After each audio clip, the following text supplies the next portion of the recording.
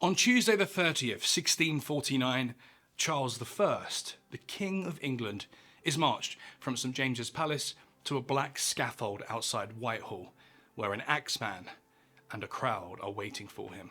As he walks through the palace under armed guard, he passes under the ceiling paintings of his own father, James I, who appears to be looking down at him from heaven. It's not lost on Charles that he'll soon be with his father. It's a cold winter's day, so cold in fact that the king has put on 2 shirts. He doesn't want the crowd seeing him shiver and thinking him shaking out of fear for his death, as the king himself says. The season is so sharp as probably may make me shake, which some observers may imagine proceeds from fear. As he approaches the scaffold, he meets his executioners who, although polite and respectful to his rank, refuse to show their faces and are instead disguised. Charles asks them, "Why do you hide your features? Are you, gentlemen, afraid to kill your king with an open face?" When the axemen refuse to provide an answer, Charles presses with another question. He points to his neck and asks the axeman, "Does my long hair trouble you?" This time, he receives an answer. "Yes, it would be better if your neck was not covered." With this, the monarch puts on a nightcap and the executioner helps to tuck his locks under the fabric. With his hair squared away, he turns to the crowd to deliver his final speech. But no one can hear him. Only the executioners on the scaffold are able to make out his last words. When he's finished talking, Charles turns to the axeman and says, "Permit me, sir, to say a few prayers, and when I stretch out my arms like so, you may strike." With this, Charles knelt down, placed his head on the block, and began to utter his final prayers. At this stage, the axeman begins to prepare his swing and accidentally brushed the king's shoulder with his axe as he lumbered up for a strike. Charles mistook this for the beginning of the execution and calmly reminded his axeman to wait for the sign. It's a testament to the king's steadfast belief in his own authority that he feels comfortable giving orders to a man that is about to sever his head from his shoulders. The executioner relents, the king returns to his prayers and, after a few moments, stretches out his hands as promised. The axe comes down. An eyewitness called Roger tells us that as the blade fell on the king's neck, there was such a groan by the thousands then present as I never heard before, and desire I may never hear again. England had just killed its own king, and it's almost impossible to overstate just how shocking this event was. Even to those who personally hated Charles, Edward Hyde would go on to say that there was a universal groan, as if the world itself had given a sigh. At the time, kings were believed to be chosen by God to rule over the people, which meant that the murder of a king in public was as much a religious sin as it was a shocking political development. The death of Charles I felt more like a Christian martyrdom. The entire moral, political, and intellectual landscape of England had just changed forever. It was almost as though someone had killed God. But the fact that this development was so utterly shocking begs the question, how did we get here? Why was a king being executed? What else are we missing from that execution? And most interestingly, what was in that final speech? To answer all of that, we need to go back 24 years to when Charles first ascended the throne. The fact that Charles even became king was a surprise to many. It should have been his brother Henry, who was athletic, intelligent, and charismatic, but tragically died of typhoid fever at the age of 18.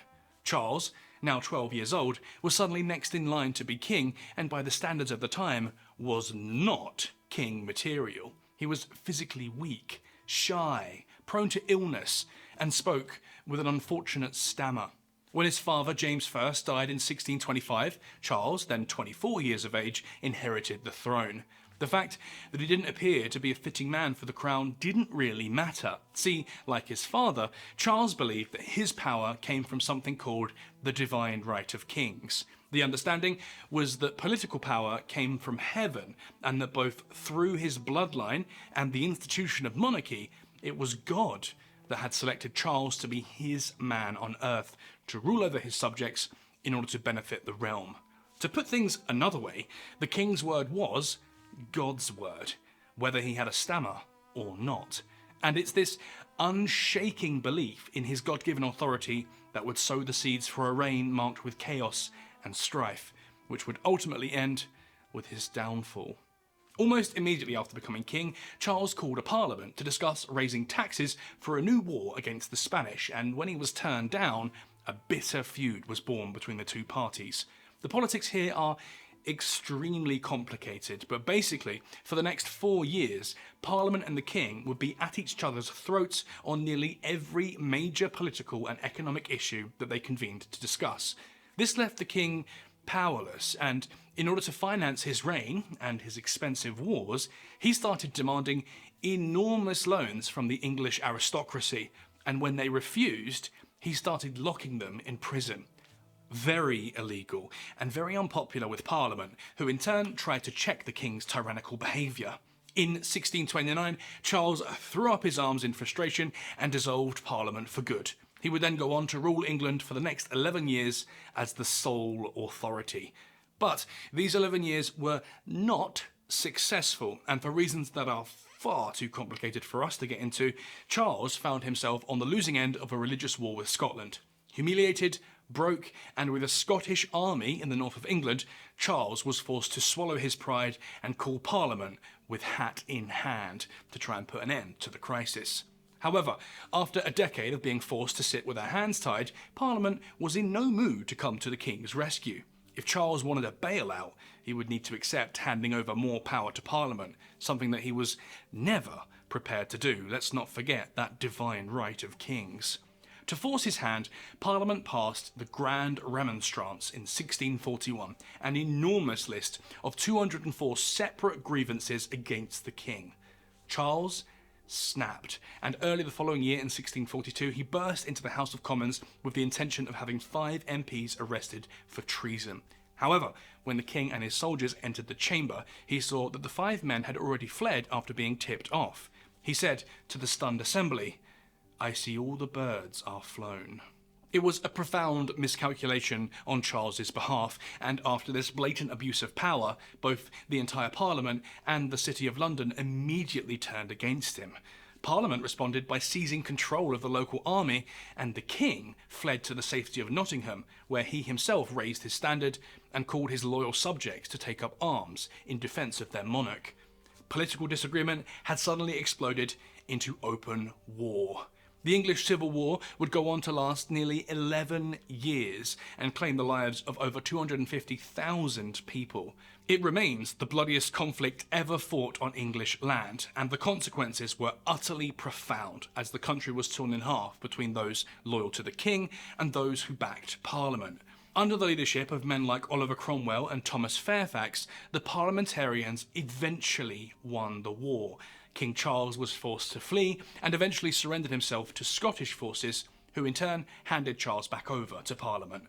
Charles would then be forced to negotiate with Parliament, who honestly only wanted some pretty modest constitutional reforms to limit the monarch's powers. Nothing revolutionary. But while Charles nodded and smiled at the negotiating table, he secretly petitioned Scotland to invade England and crush the parliamentary forces on his behalf, and in exchange would give Scotland more religious freedom and a king's ransom. Scotland agreed, and in 1648 Parliament had to fight a second civil war, losing even more blood and resources in a pointless fight. Parliament crushed the Scots in less than a year, but it wasn't lost on anyone that Charles had invited a foreign army to invade England and spill more blood rather than just accept any constitutional reforms whatsoever. Since Charles had outright refused to negotiate with his captors and the parliamentarians didn't really know what to do with their captive monarch, people started scrambling for ideas. One came from Oliver Cromwell, who decided to purge Parliament in 1648, leaving only those hostile to the king as members of the chamber, known today as the Rump Parliament. With the cards stacked in his favour, Cromwell and other high-ranking parliamentarians pushed for the idea that the king should be put on trial for his conduct in the war. It was a hugely controversial move. Let's remember that the standard belief at the time was that the king was chosen by God to rule over his subjects. it wouldn't be an exaggeration to say that Parliament putting a king on trial under common law would be almost like the Catholic Church putting God on trial under biblical law. It just didn't make sense. Now, I know you're thinking, how does it make sense to go to war with the king? But the parliamentarians were able to justify this war by saying that they were waging war against the king's bad advisors, not the king himself. But putting the king on trial was holding the king directly accountable, not his advisors. Anyway, nonetheless, with Cromwell's iron grip over the Rump Parliament, the trial would go ahead. And so, on the 20th of January 1649, King Charles found himself a defendant in court at Westminster Hall, with a parliamentarian, John Bradshaw, presiding as his judge. As Charles entered, he found an absolutely enormous crowd gathered to witness the trial of an anointed king. It was said to be so loud that those who issued statements to the court were asked to shout at the top of their voices just to be heard over the crowd. As the king sat before his judge, the charges were read against him. Charles Stuart, King of England, you stand here on trial for high treason, levying war against the kingdom, rapine, violence, wicked designs, and evil practices, against the liberty and peace of the kingdom, and a traitor. Charles then interrupted the reading of his charges with a sharp burst of laughter. You see, these charges didn't make any sense. The legal definition of treason is violence against the sovereign, and since Charles himself was the sovereign, how could he possibly be guilty of this crime? This actually raises some pretty interesting philosophical debate about where power comes from. If you believe in the divine right of kings, like Charles did, then it's literally impossible to commit an act of treason whilst being a king. However, parliamentarians believed in something called popular sovereignty, the idea that the king's political authority comes from the support and consent of the people being governed by that king. If all these people hated their monarch, then he would very quickly find himself dethroned. And so, by attacking his own loyal subjects, the king was, in a sense, committing violence against himself. I am personally fascinated with political philosophy, and in the next video we'll discuss the subject of where legitimate political power comes from through the eyes of Thomas Hobbes, who himself survived and wrote in the aftermath of the English Civil War and the death of Charles I. But back to the trial. See, despite the fact that these charges didn't make much sense to Charles, they were read again, and the king was pressed for an answer. The judge, Bradshaw, declared, "Sir, you have heard the charges against you. How do you plead?" Charles's answer was not what Bradshaw had wanted. The king said, "I will answer you, but first I must ask. There are many unlawful authorities in this world, such as brigands on the highway. But I would ask, by what lawful authority am I brought here? And by what lawful authority do you presume to sit in judgment of me?" It was a clever response, and the reason it worked was because under English law, an English king can't be charged with a crime, because it's the king's law. It doesn't apply to him. It seems almost silly to us now, but the divine right of kings was serious business, and to be fair, even today, an English monarch can't be tried under English common law. So, by the very act of dragging a king before a court, Parliament was technically acting illegally, and Charles wanted to hear by what justification they thought they could get away with this. Bradshaw dodges the question, answering, "It is not for the prisoner to question the court." Again, Charles refers to his crown. "I am no ordinary prisoner. No earthly power can call me, who am your king, in question as a delinquent." Yes, Charles was literally pulling an "only God can judge me." It goes back and forth like this for way too long until Bradshaw loses his temper and barks at the king, "Sir, you are before a court of justice." Charles says flatly, "I see before me a power," essentially comparing the court of Parliament to brigands by the highway. All of this dancing back and forth matters because unless the defendant enters a plea, then the trial can't actually begin. See, typically, in English law, if someone refuses to enter a plea, then they can be taken outside and tortured until they're ready to choose guilty or not guilty. But even Charles knew that Parliament didn't have the stones to publicly torture their own king.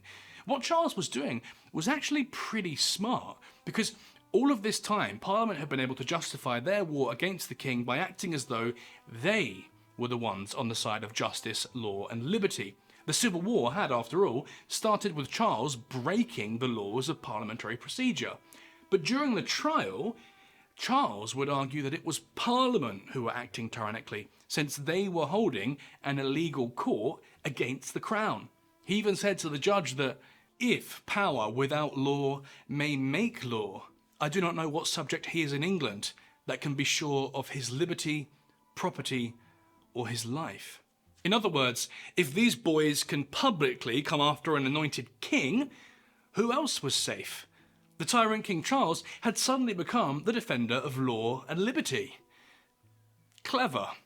But by forcing to show a lawful basis for the trial, Charles was exposing the court as essentially a sham, which was unacceptable to the parliamentarians, and in return, the dubious court gave Charles an ultimatum.